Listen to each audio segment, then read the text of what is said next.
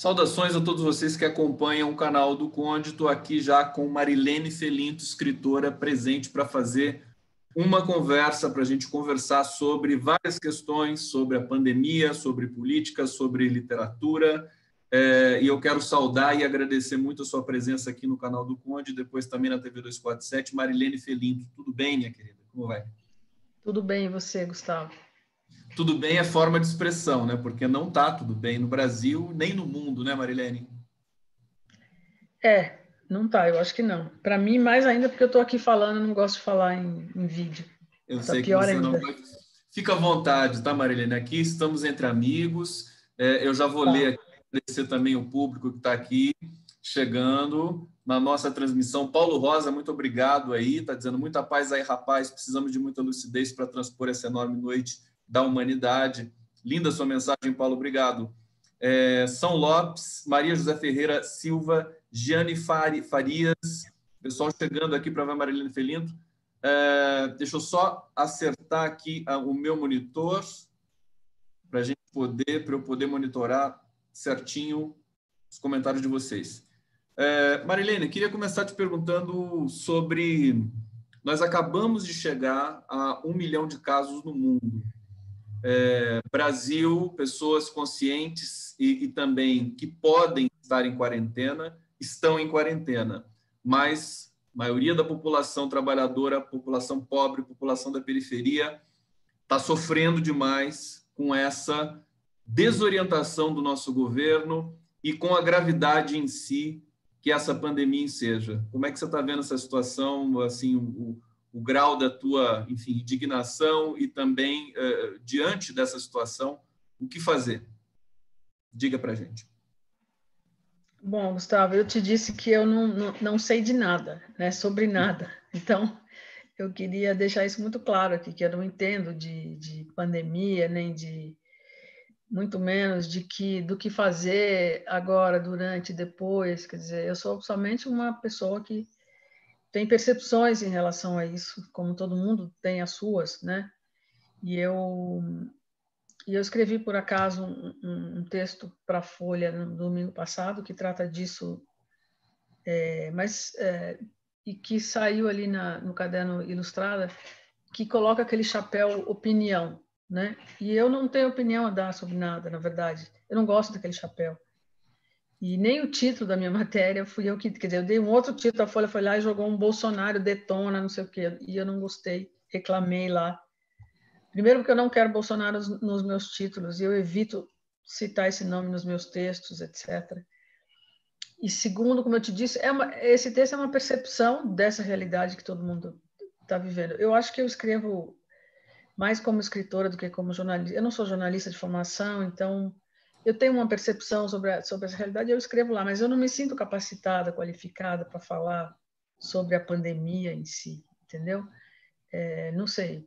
Agora, sobre o sentimento, Marilene, porque isso afeta todos nós, entendendo ou não do assunto. Nós temos de mudar a nossa rotina de vida, de trabalho, de alimentação, enfim, também exige muita energia, muita saúde mental, quer dizer, para você atravessar esse processo e diante de um governo completamente esfarelado, desorientado. Acho que a gente podia entrar por essa via para você poder dizer para a gente, quer dizer, essas percepções que você tem. Eu já vou abrir aqui o seu artigo para mostrar para as pessoas, que está aqui aberto comigo. Passo para você, Marilene. Daqui a pouco eu vou para o bate-papo, que tem gente aqui falando de você, elogiando o seu trabalho que já tem aí, poxa, muito tempo. Você escreve na Folha de São Paulo e escreveu muito tempo no Caderno Cotidiano. Então, muita gente, uma legião de leitores que você tem também pelos seus livros. Diga lá para a gente, Marilene. Então, eu gostaria de dizer o seguinte, eu queria indicar uma leitura. Na verdade, o meu texto não é importante a minha avaliação, a minha percepção não tem tanta importância. Eu sinto falta, inclusive, de textos de gente que poderia falar sobre isso de uma maneira mais aprofundada, como, por exemplo, Marilena Chaui e outros nomes importantes, eu acho, do pensamento brasileiro. Então, você tem uma grande quantidade de opiniões, né, de avaliações, análise de muita gente que eu acho que não chega no ponto em que deveria chegar. E eu queria indicar um texto de um filósofo espanhol chamado Paul B. Preciado, que se chama Aprendendo com o Vírus. Foi publicado originalmente no El País, na semana passada, se não me engano, dia 20 de março, Magnífico esse texto. 27 de março, no El País, mas ele tem uma tradução para o português de um site, foi traduzido pelo Ricardo Moura. E num site, se as pessoas digitarem Aprendendo com o Vírus, Paul B. Preciado, vão encontrar esse artigo que é a melhor coisa que eu já vi escrita sobre essa pandemia, em que ele faz uma análise Foucaultiana, mais ou menos, da gestão política dessa epidemia, né, em que ele discute como o manejo da imunidade é também um manejo político, né, e faz uma relação muito importante entre essas duas coisas, entendeu? Então, esse texto é lindo, e é fundamental para quem quer entender, do meu ponto de vista, o que é essa pandemia e que implicações políticas ela tem para o mundo como um todo, né? O que é esse momento de higienização para a imunidade, né? De limpeza, de esterilização, para combater o que em princípio e o que na verdade esse vírus, essa pandemia, tem a sua face política, que não é uma coisa nova, que é excluir o outro, que é, como dizia Foucault, utilizando a noção que ele tinha de biopolítica, né? Que é escolher quem morre e quem não morre, quem será escolhido para morrer. Então, esse filósofo Preciado faz uma análise muito interessante de tudo isso. Ele diz, por exemplo, que o Derrida é um filósofo francês, você sabe, claro, ensina que o vírus é o outro, é o estrangeiro, né? Então, toda essa política que já vinha acontecendo no planeta, a política de higienização contra o imigrante, de exclusão do imigrante, e isso muito recentemente, nos últimos 20 anos, aquelas hordas de imigrantes tentando entrar em países para poder fugir de guerras e de fome, etc. Tudo isso agora se volta para a guerra a esse vírus. Então, na verdade, é um processo que vinha acontecendo, né, de exclusão do outro, do estrangeiro, e que agora atinge o corpo individual, né? E isso esconde não, isso tem um perigo muito grande por trás disso, segundo o texto dele. Então, ele diz: o que estará no centro do debate durante e após esta crise é quais serão as vidas que estaremos dispostos a salvar e quais serão sacrificadas. Então, no Brasil, com esse governo de essência fascista, né, que a gente tem hoje, quer dizer, um governo baseado no modelo heteropatriarcal e hierárquico militar, né, o que a gente vai ter diante do que a gente já tinha, inclusive, que era a exclusão do pobre, do preto, do miserável, quer dizer, são essas coisas, e do velho. Isso é importantíssimo. Quem é que está no centro da escolha de quem vive, quem morre? É o velho, hoje em dia, no mundo todo, né? Na Itália, escolhiam entre quem tinha 60 e quem tinha 90 para matar. Então, está dada a licença para matar os velhos. Então, isso é uma crise profunda nesse momento que a gente está vivendo, e eu não sei no que isso vai dar. Então, eu estou me baseando aqui nessa conversa com você, nesse texto que eu acho genial. Perfeito. E que eu vou me dar a liberdade de citar. Tá bom? Eu vou colocar esse texto aqui na nossa tela. É o Ricardo Moura que traduziu, é isso que você falou? Exatamente. Então, está aqui no blog, no Textura, que é do Ricardo Moura, tem essa ilustração aqui, e o artigo do Paul Preciado. Eu vou colocar esse link para os nossos internautas poderem acessar durante o nosso papo também, e depois para lerem o artigo realmente muito contundente, eu li o Preciado, e eu acho que essa é a questão agora para o mundo, né, Marilene? Muita gente dizendo, o capitalismo acabou, o neoliberalismo está enterrado, mas, na verdade, eu acho que a gente vai passar por uma transformação na própria dimensão da linguagem, na própria dimensão simbólica dos valores que a gente pode agregar para prosseguir, digamos, num processo civilizatório. De uma certa maneira, esse materialismo, essa coisa, esse darwinismo social, acho que fica evidente nessa pandemia que não funcionou. Essa linha que é um pouco o artigo dele, mas acho que você poderia explorar um pouco mais aqui com a gente. Quer dizer, uma questão de ordem quase que espiritual, filosófica. Você acha? Espera só um pouquinho que eu tô com um atraso aqui. Você falando... Está com delay? É? Não, não é um delay. Falando o que você já falou antes. Eu estou te ouvindo ao mesmo tempo que estou ouvindo você antes. Não sei o que aconteceu. Talvez você tenha que desabilitar alguma coisa que esteja aberta aí na sua transmissão, porque daí dá eco, né? Acho que é isso que você está falando. Espera só um pouquinho que eu vou ver o que é. Tá.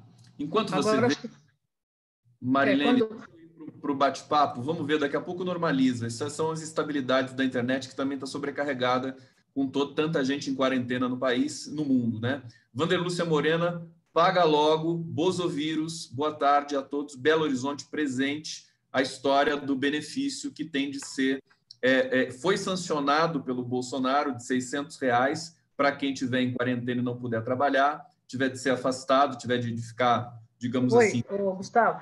Oi, diga, Marilene. Eu continuo ouvindo o que você falou antes. Não sei o que está acontecendo aqui. Vamos ver se normaliza? De repente, daqui a pouco normaliza. Você quer que eu saia e volte? Pode ser uma boa você sair e voltar. Você consegue? Eu vou sair daqui.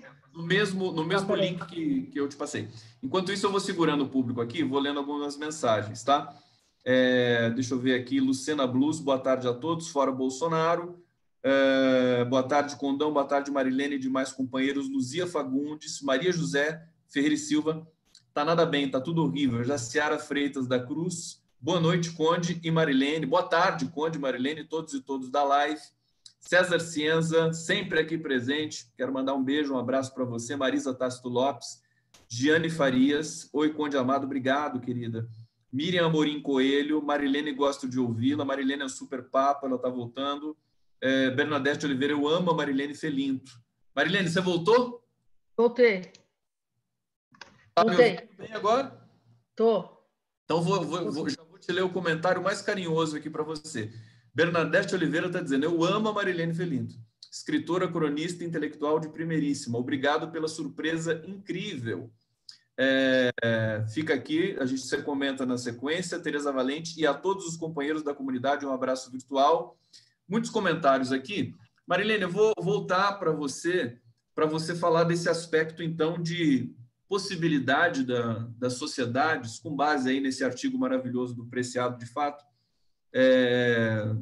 como é que a gente pode se reorganizar. Tem um dado hoje muito sério, muito terrível, que da própria Folha de São Paulo, dizendo que a subnotificação, estados e municípios comunicaram que a subnotificação no Brasil pode ser gigantesca.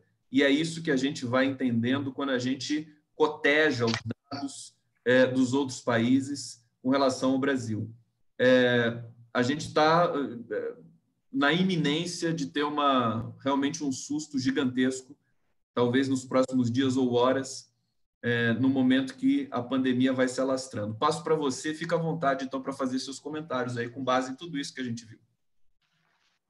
Eu acho que a gente não sabe de nada sobre essa pandemia aqui no Brasil, quer dizer, não sabe quem está infectado, quem não está, porque não tem os testes, porque se usa máscara, se não usa máscara, a quantidade de informação e contra-informação é gigantesca. Então, os caras não sabem nada, quer dizer, primeiro, você precisa acreditar num governo desacreditado, num governo que, de fato, não se interessa pela população em geral, quer dizer, ele finge que se interessa. Então, mesmo as autoridades médicas, por mais que o discurso pareça um discurso organizado e preocupado, né? Na verdade, aqui no Brasil, isso não é real. Então, quando você diz que os mais pobres estão, de fato, sofrendo as piores consequências. Isso sempre foi, quando se trata de saúde, isso não é novidade no Brasil. Então, não adianta ficar tratando a questão da saúde no Brasil como se fosse, né, a precariedade, a miséria, o descaso com a saúde pública brasileira. Isso é histórico, né? Então, todo esse discurso que parece muito organizado, essas entrevistas coletivas na TV, tudo isso me parece uma máscara. Por se falar em máscara, né? E o Preciado fala também dessa subjetividade que vai sendo criada, né? Depois o que vai sobrar, né? Depois dessa pandemia e de transformarem a sua casa, ele chama de bem-vindo à telerepública da sua casa. Sua casa virou uma telerepública. Você não tem mais rosto, você tem uma máscara. Você não tem mais mãos, você não tem mais lábios, não tem língua. Você não fala ao vivo, você deixa uma mensagem de voz. Você não se reúne ou coletiviza. Você é radicalmente individual. Todo esse processo de isolamento social, ele tem por trás um controle biopolítico do seu corpo, né? Enfim, a gente vai sair disso de uma maneira talvez a gente tem, e segundo o Preciado, é preciso resistir também a essa política da imunidade, como se fosse, não que você não tenha que cumprir com o isolamento, nada disso, mas o que vai sobrar disso? Quem é essa pessoa que vai sair disso? Uma pessoa que tem a sua casa agora ligada a toda a tecnologia, né? A tecnologia que existe hoje de comunicação virtual, etc. Mas é uma pessoa isolada também da coletividade, da comunidade. Então, que isso precisa prestar muita atenção nisso. Eu estou falando rasteiramente desse texto. O importante é que as pessoas leiam esse texto, porque é a melhor coisa que eu já li sobre essa pandemia e a relação que ela tem com o controle político, né, dos corpos sociais, entendeu? Então, isso é fundamental, eu acho, de você pensar dessa maneira nessa doença, nesse vírus. Perfeito. Eu já coloquei o link aqui para o público no bate-papo, é só vocês acessarem o link, mas primeiro eu vou conversar aqui com Marilene Felinto sobre várias questões. Eu vou tentar aqui explorar o máximo possível da presença dessa escritora genial aqui no canal do Conde. Marilene, muitas coisas para se falar. Vou sair um pouco do tema específico da pandemia, do coronavírus, falar um pouco de política, sociedade, desse caos que a gente mergulhou com a eleição de uma figura. Hoje eu fiz uma brincadeira que é o seguinte: nem Nostradamus poderia prever Bolsonaro. Bolsonaro é uma catástrofe tão gigantesca que nem os videntes mais charlatões poderiam chegar a prever a chegada de uma figura dessa no comando da maior nação da América Latina, que é como os europeus costumam falar de notícias do Brasil nesse momento, que assusta o mundo todo. Tem muito brasileiro pelo mundo que sofre preconceito. Na Índia, brasileiros que estão lá em quarentena em hotéis estão sendo associados justamente por essa questão aí que você pontua, do outro, né? Não se resiste ao outro, é um vírus que vem como um elemento estrangeiro e, na verdade, é um vírus que está na dimensão de todas as pessoas do mundo. Mas eu disse que ia escapar um pouco do tema para falar de política com você. Essa questão no Brasil da esquerda, direita, o governo, a atitude das pessoas que ficam ali pensando no que pode acontecer um day after de Bolsonaro, tira, impeachment, renuncia, críticas. Como é que você vê esse processo no Brasil, que se degradou profundamente depois do golpe contra a ex-presidente agora, Dilma Rousseff? Eu não sei, Gustavo. A minha Eu sei que resposta você não sabe. Eu estou pedindo para você. Para falar, não, eu sei. Eu vou te dizer só o seguinte: eu jamais esperei que pudesse vivenciar o que eu vivenciei, que foi o impeachment da Dilma Rousseff, da maneira como foi feita e daquele episódio lamentável, daquele Congresso inaceitável, daquele julgamento em público, daquele impeachment. Foi uma das piores coisas que eu já vivi na minha vida de 62 anos, que eu tenho hoje, no Brasil. Eu jamais imaginei que aquilo pudesse acontecer de fato. Quando começaram a surgir os boatos de que haveria impeachment, eu ainda achava que era boataria. Então, eu acho que tudo pode acontecer aqui. Eu não tenho conversado com pessoas da área de política mais proximamente, e eu não sei te dizer o que pode acontecer. Eu acho que tudo pode acontecer aqui. Uns dizem que sim, vai haver um golpe militar, outros dizem que, né, tem toda uma fala, um ruído, entendeu? Não se sabe mais nada em relação ao Brasil. A minha sensação é que a gente está vivendo de ruídos em todas as áreas, tanto na área da política quanto na área da saúde, entendeu? Com um presidente que é uma chacota, né, que é uma coisa absurda, uma figura insuportável, né? Tudo isso deixa a coisa meio irreal, como se você estivesse vivendo um pesadelo. Eu tive um sonho, aí você fica sonhando. Eu tive um sonho ontem à noite que eu estava num lugar e as pessoas começavam a sair de uma missa, um monte de gente, e eu estava sem máscara, então corri para pôr minha máscara, entendeu? Então, eu acho que a coisa tá nesse ponto, entendeu? Quem são esses idiotas que estão saindo uma droga de uma missa, que está proibido missa, mas aí voltou, parece que não está proibido, quer dizer, e aqui se proíbe e não proíbe a toda hora qualquer coisa, entendeu? Ninguém entende quem é quem manda, quem não manda, quem decreta e quem não decreta, vai lá um... Então, é uma grande confusão, entendeu? Que é lamentável. Não é um país, como se diz, vulgarmente sério nesse aspecto, né? Nesse momento, principalmente. Então, eu não sei. A gente estava há poucos... Esse é interessante porque eu também... Acho que ninguém sabe, né? Inclusive, voltando ao tema do coronavírus, eu acho que é a melhor resposta, né? Aqueles pesquisadores, médicos, políticos que dão a entender que têm certezas sobre comportamento de vírus, sobre faixa etária. Quer dizer, a gente não sabe de nada disso. Os mais sérios dizem isso, que não sabem. E tanto que nós estamos tendo comportamentos diferentes das pandemias em determinados países do mundo. Mas eu queria falar sobre essa injunção histórica que a gente está vivendo política, e te perguntar, porque existe uma sensação, a gente estava se perguntando há pouco tempo, quem ia ser candidato a prefeito? A gente estava tentando, fazendo projeções, as pessoas estavam se articulando. Agora a gente não sabe nem se vai ter eleições. Aliás, até nos Estados Unidos, que são as eleições presidenciais, isso também pode estar comprometido, porque os americanos estão com mais de 216 mil casos de coronavírus. Espera aí, deixa eu atualizar meu dado aqui, que eu estou com o site da Johns Hopkins aberto.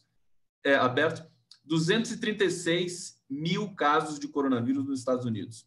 É o epicentro global, e a gente tem uma movimentação geopolítica intensa. Trump mandando 23 aviões para a China para trazer insumos e equipamentos médicos dos Estados Unidos, causando um processo de desabastecimento dos outros países. A China já cancelou equipamentos para o Brasil. Mas agora, se a gente pensar no cenário político, queria que você comentasse, mesmo sem saber, sobre o comportamento dos setores democráticos do Brasil para vencer esse desafio, que é um governo notadamente racista, genocida, incompetente, e que veio para promover o caos social. Você se sente representada pelas lideranças progressistas? Acha que falta alguma coisa para a gente poder, enfim, trazer o debate para mais perto da população brasileira? Queria que você comentasse sobre isso e depois eu vou para o bate-papo. Diga para a gente. Antes de falar sobre isso, eu queria só lembrar uma coisa que eu lembrei até agora, que essa pandemia, que ela é tão escandalosa, não só obviamente, pelos efeitos reais que o vírus provoca, né, o número de contágio alto, mas também porque é uma pandemia que que não começou na África. Isso também eu acho que é importante, sabe? Por exemplo, o vírus do Ebola, que surgiu na África, né, se restringiu à África. Então, ele nem teve tanta importância para o mundo, porque ele ficou restrito ali. Se ele saísse da África e contaminasse os outros continentes, né, a Europa, os Estados Unidos, etc., ganharia uma outra dimensão. Então, ele foi tratado ali, ele se restringiu ali. Eu não sei porquê, eu não entendo desse tipo de coisa, mas isso é uma coisa a se pensar, né? E depois de muito tempo, quer dizer, as pessoas olhavam de longe o Ebola, nossa, olha, mata as pessoas, estão matando profissionais de saúde, etc. Mas não saiu dali, não teve esse pandemia e pandemônio que está ocorrendo. Agora, acho que porque ficou restrito aos negros, à África, ao continente miserável, etc., etc. E esse vírus mata rico, pobre, Estados Unidos, Europa, né? Então, ele ganha uma dimensão também midiática muito maior nesse sentido. Isso é uma coisa que eu tinha percebido, que eu pensei agora. E você me perguntou se eu me sinto representada. Quer dizer, eu me sinto representada por algumas pessoas da ala progressista, digamos assim, de esquerda no Brasil, ainda me sinto, claro, mas não vejo articulação dessas pessoas com outras, nem de grupos com grupos que poderiam chegar mais perto da população em geral. Acho que isso é a chave a ser ainda encontrada para que a situação política no Brasil mude. Não sei como que vai ser feito isso. Não vejo nenhum tipo de articulação de esquerda que permita que isso aconteça. Quer dizer, existe um movimento da burguesia, um movimento latente, que agora está se revelando novamente nesses panelaços da burguesia, né, da classe mais esclarecida, mais rica, que certamente parte dela votou nesse governo que está aí, outra parte não, mas que sempre foi crítica ao PT, imagino eu, a Dilma, etc. Mas eu não sei se isso vai eleger um outro novo liberal perverso, esses panelaços, no que vai dar, né? Mas não vejo articulação política de esquerda nem das forças progressistas, como eu Agora, acho. Marilene, no seu artigo na Folha de São Paulo, você não quer falar sobre, mas eu vou puxar um tema aqui que é meio que universal também, nessas leituras que a gente faz do cenário brasileiro. A questão, por exemplo, de você ter a referência, o Bolsonaro, eu também não gosto de falar o nome dele, viu, Marilene? É complicado, mas às vezes, ossos do ofício a gente tem de dimensionar. O nível de parâmetro de comparação, por exemplo, muita gente elogiando governadores, Witzel, Dória. Hoje, até o Lula, na verdade, o Lula não elogiou propriamente o Dória no Twitter, mas disse, Dória tomou uma atitude de ir na 3M, pegar o álcool gel, pegar as máscaras e tal, e distribuir numa operação praticamente policial, ao ver do Lula, e a meu ver também responsável, no sentido de garantir, né, equipamentos e insumos minimamente médicos e de prevenção para a população. Agora, tem muita coisa acontecendo também em São Paulo que não está bem, e nos estados e nos municípios também. Como é que você definiria, trazendo da sua reflexão ali, daquele artigo, esse nível de comparação que a gente tem? A gente está no nível de elogiar João Dória. Isso para você parece como hoje? É o que eu te falei ali, acho de um cinismo muito grande deles, políticos, não só Dória e Witzel, que é um genocida comprovado, manda matar pessoas nas favelas do Rio de Janeiro.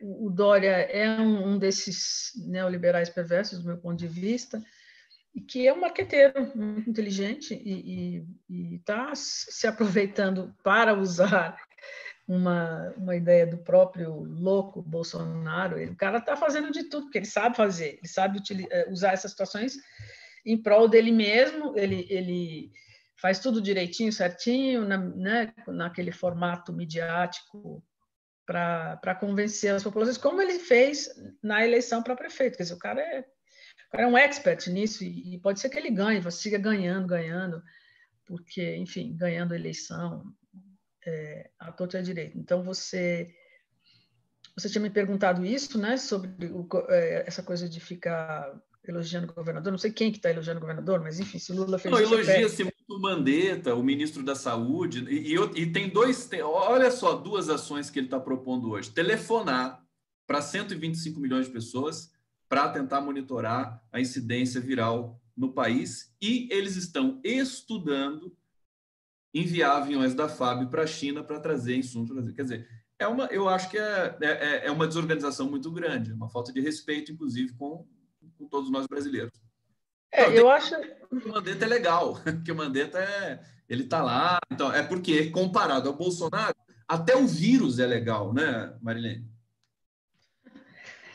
Eu acho o seguinte, que as pessoas não sabem quem é quem. Eu nunca tinha ouvido falar nesse Mandetta, quer dizer, são pessoas que estão aparecendo aí porque estão nesse governo, quer dizer, mas é tudo uma farsa do meu ponto de vista, entendeu? No fundo é uma farsa. Eu acho que, por exemplo, continuamos com uma epidemia de dengue, que não se fala mais em dengue. Tem gente morrendo de dengue no Brasil do mesmo jeito. Cadê a prevenção à dengue? Agora tudo virou coronavírus. Não que não tenha importância, mas o Brasil tem epidemias outras que são tão letais quanto, e ninguém fala sobre isso.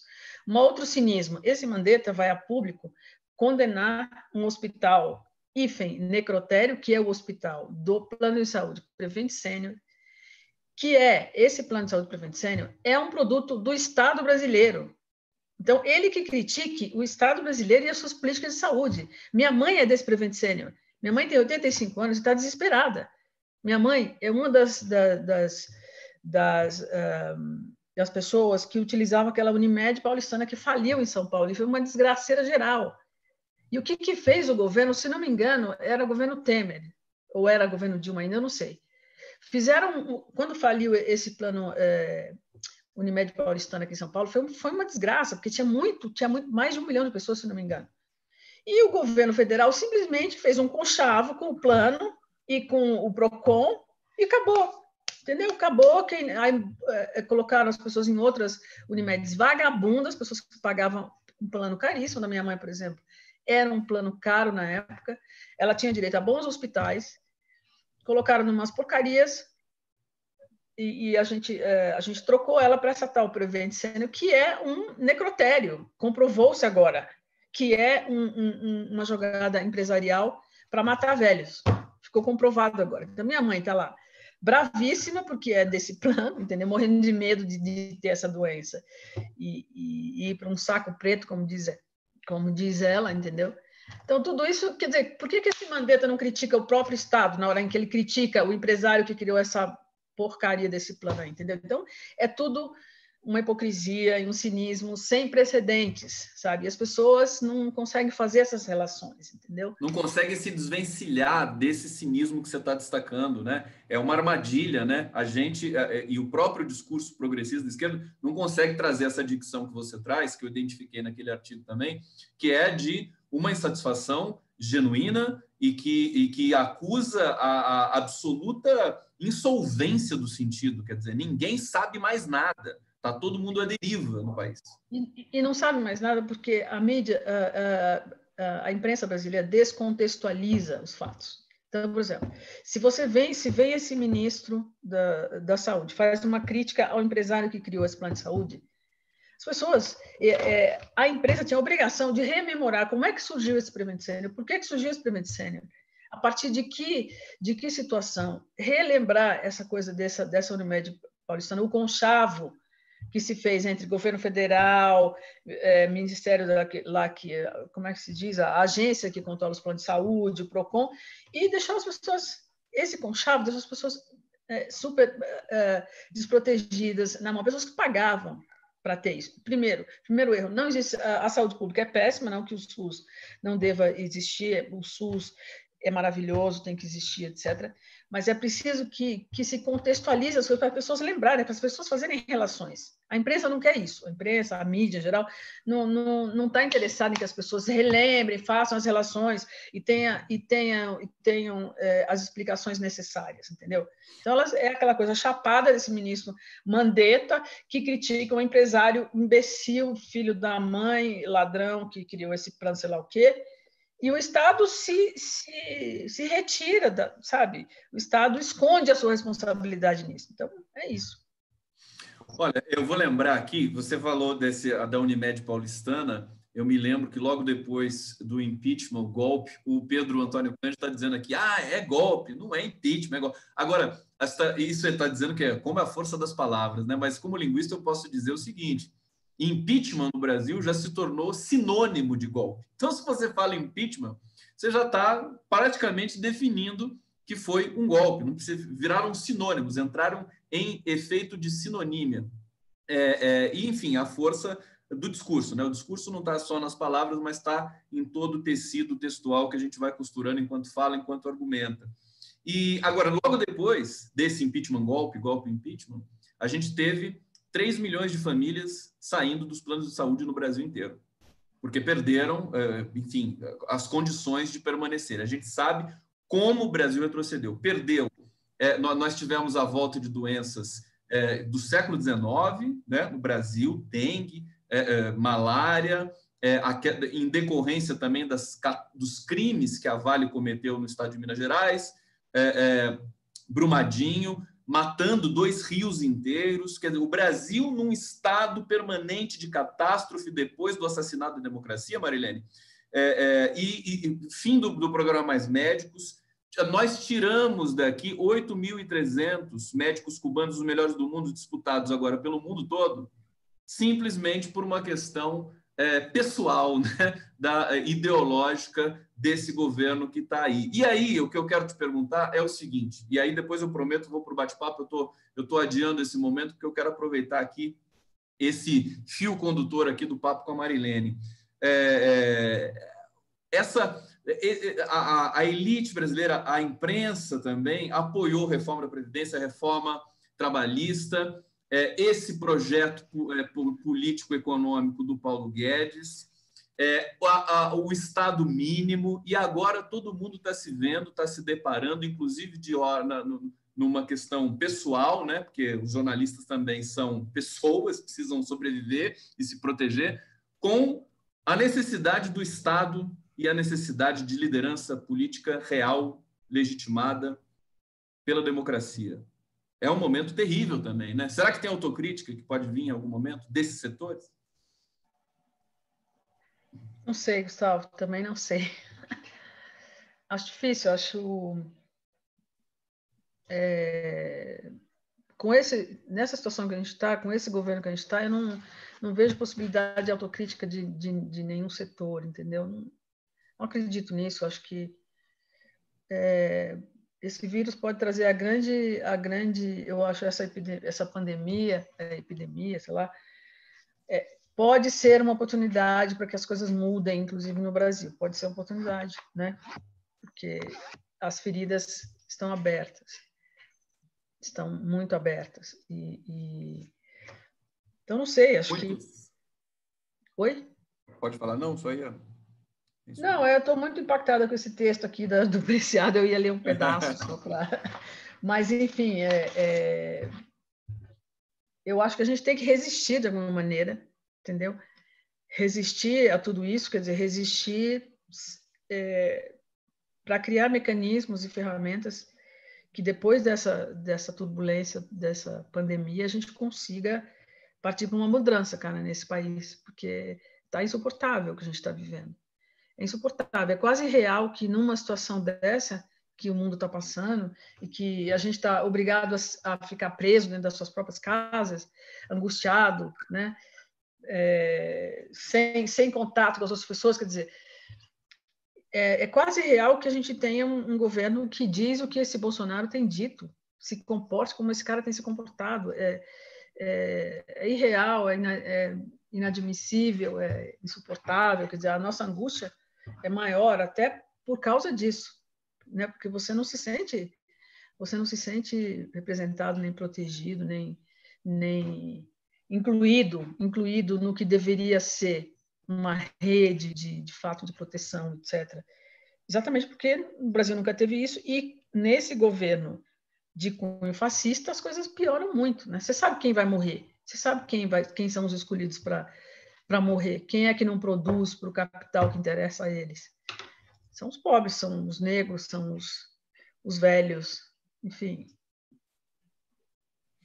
Eu tinha comentado um tempo atrás assim, fascismo começou como uma metáfora, né? E acabou se estabelecendo integralmente, literalmente, se impregnando nessa figura que habita a cadeira da presidência da República.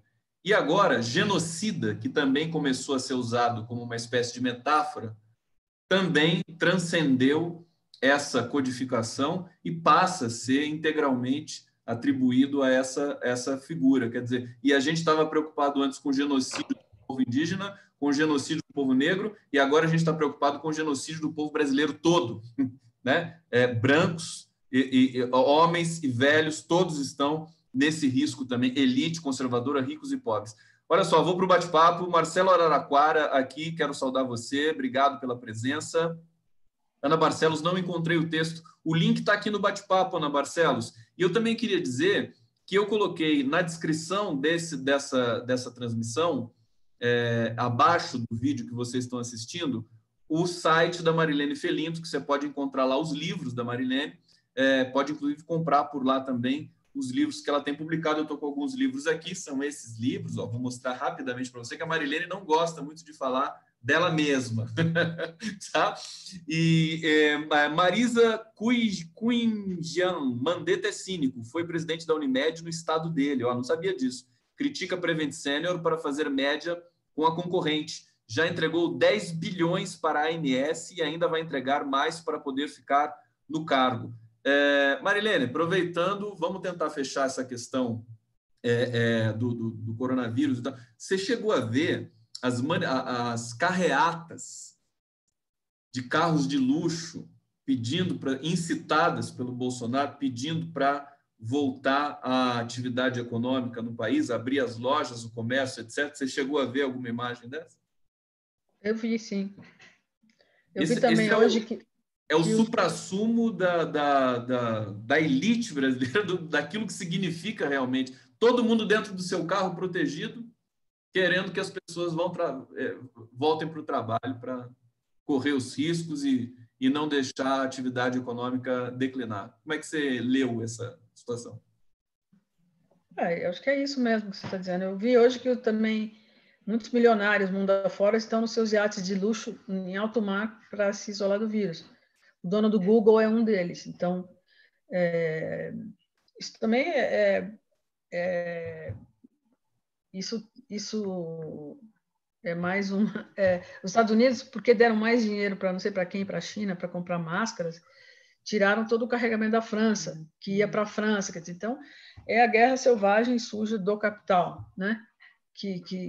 Do mundo neoliberal. Então, quem tem mais grana sobrevive mais e compra máscaras e compra implementos de saúde, etc. E quem não tem, fica na rua. Quem tem seu carro... Esse grupelho que você está chamando de elite, eu não gosto dessa palavra elite. Que eu acho que até é uma ideia da Marilena Chauí, que ela não gosta de chamar de elite, ela chama de classe dominante. Essa classe dominante, ou a burguesia, ou a classe A brasileira, sei lá, acho que não é toda a classe dominante, obviamente, é um grupo de direita verde amarela, que é o pior que tem, o pior extrato social brasileiro é esse, né? E não se espera outra coisa dessas pessoas, que elas querem é isso que tá aí, né? É isso que está no poder. Gente, eu vou colocar agora o vídeo do Berinjela para a gente. É de 17 de março. Eu já coloquei em outro papo meu ao vivo aqui, mas eu acho que vale a pena colocar de novo para a gente tentar sentir um pouco mais o que é a situação do trabalhador brasileiro nesse momento. A gente ainda tem, pelo Brasil, ônibus lotados circulando nesse momento. Colocando... Berinjela falando. Só o seguinte, queria mostrar aqui para vocês aqui, ó, o trenzão aqui, ó.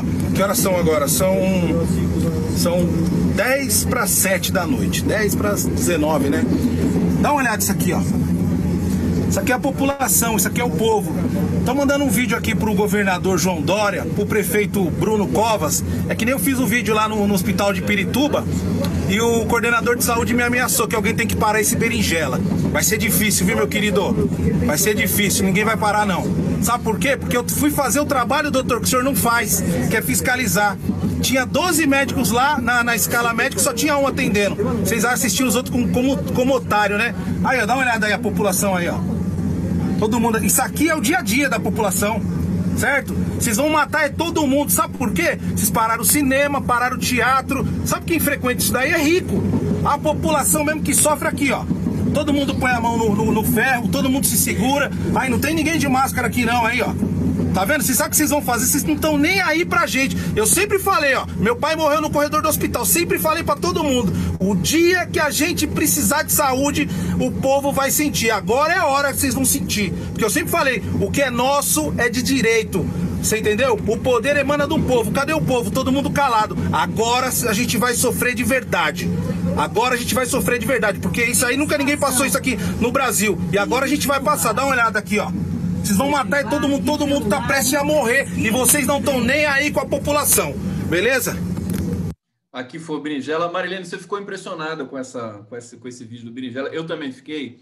E eu acho que essa dicção, essa indignação, esse tom, né, que falta nesse momento para setores até progressistas da sociedade brasileira que tem um eterno comportamento conciliatório, palaciano, inclusive de elogiar pessoas que vão tomando certas atitudes comparativamente ao inominável lá da cadeira do Planalto. Comenta para a gente o que você achou desse vídeo que te encantou tanto. Qual que foi o... Eu recebi esse vídeo de uma pessoa amiga e pelo WhatsApp. Estava conversando sobre esse tema do vírus e ele me mandou esse vídeo. Não sei como é que ele recebeu. Não conheço o Berinjela, que eu postei o link do vídeo no meu artigo da Folha porque achei que essa é a verdade, esse é o texto verdadeiro que deveria aparecer nas coletivas, nas entrevistas coletivas do Ministério da Saúde, entendeu? Esse texto, esse quando vídeo... o jornalista quer perguntar para o Mandetta, para aquela teatro que você destacou, ele encerra, a mestra de cerimônia fala, obrigado, agora a gente vai passar para outra. É praxe, né?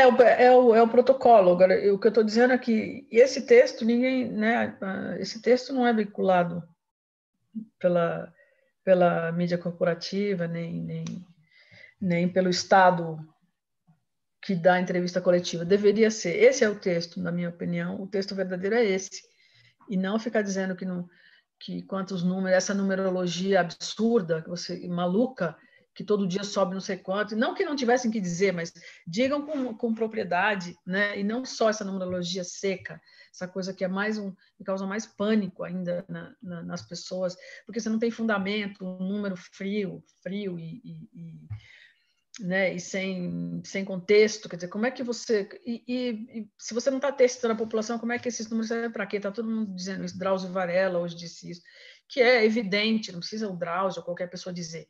Qualquer pessoa com um mínimo de visão crítica da realidade vai se perguntar, mas como é que sabe isso? Aí deve ter... Aí você faz uma outra conta, né? A numerologia esquizofrênica, enlouquecedora, você multiplica por 15, que é o que dizem que tem que fazer. Se tem 5 mil infectados no Brasil, multiplica por 15, porque a realidade é essa, não sei o que, você entendeu? Então fica esse discurso que não é o verdadeiro discurso. O verdadeiro discurso é desse cara, é o dele, já perdeu o pai num corredor de hospital, quer dizer, esse é o Brasil que sempre tivemos. Então, não adianta dar entrevista coletiva sem colocar esse texto, entendeu? É isso. Perfeito. Marilene Felinto, quero agradecer imensamente sua presença aqui no meu canal. Obrigado pelo papo. Pessoal que curtiu muito, deixa eu só saudar aqui, finalzinho aqui da nossa transmissão. Espera aí que eu tenho que pegar aqui o bate-papo mais uma vez. Marcelo Araraquara, dizendo, Corona é democrático, mata pobres, mata ricos, não faz distinção de pessoas. Marta Thanos, falando aqui que o Berinjela tem razão. Márcio Galvão, acabei de assistir no Ópera Mundi em Havana, uma senhora de 94 anos foi curada. A diferença de critério entre nós e eles. Bom, a sociedade cubana, nesse momento, realmente a gente percebe como eles respeitam o valor à vida, inclusive também os países asiáticos, com uma dimensão e um controle muito mais eficiente do que os países ditos ocidentais nesse momento com relação a essa pandemia. Marilene Felinto, obrigado, querida, pelas suas palavras. Obrigada a você. Obrigada a você. Eu só queria mandar um abraço aqui para o Raduan Nassar, que está assistindo, talvez, disse que assistia. Eu falei para ele não assistir, porque era bobagem. E ele falou, não, mas eu gosto de bobagem. Mas eu acho que quem devia estar falando aqui era ele, viu, Gustavo? Raduan Nassar, vem aqui falar para o... Ô, Raduan, faz favor. Ele é muito mais importante do que eu.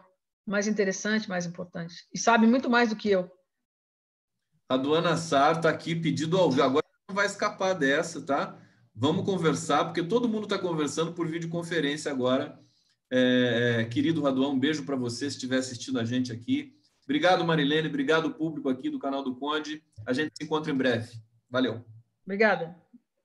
Tchau. Tchau.